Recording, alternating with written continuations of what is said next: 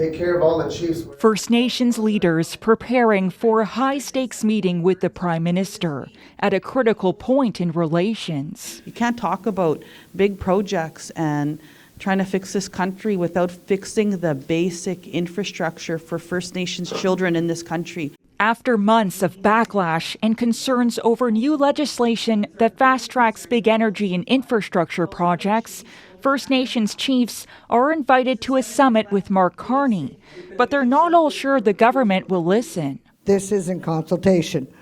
They're coming in, they're putting up the agenda. If the government doesn't want to work with us, I think it will be another Idle No More.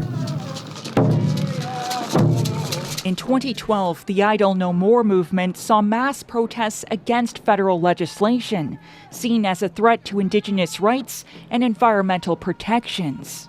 We must work together. Now, 9 Ontario First Nations are going to court to block new federal and provincial laws. When the water's gone and when everything's poisoned, what are we going to have? Our consent must be earned, not assumed.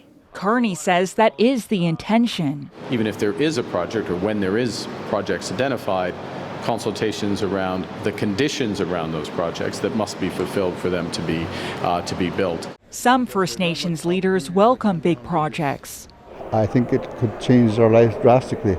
They see partnerships instead of conflict.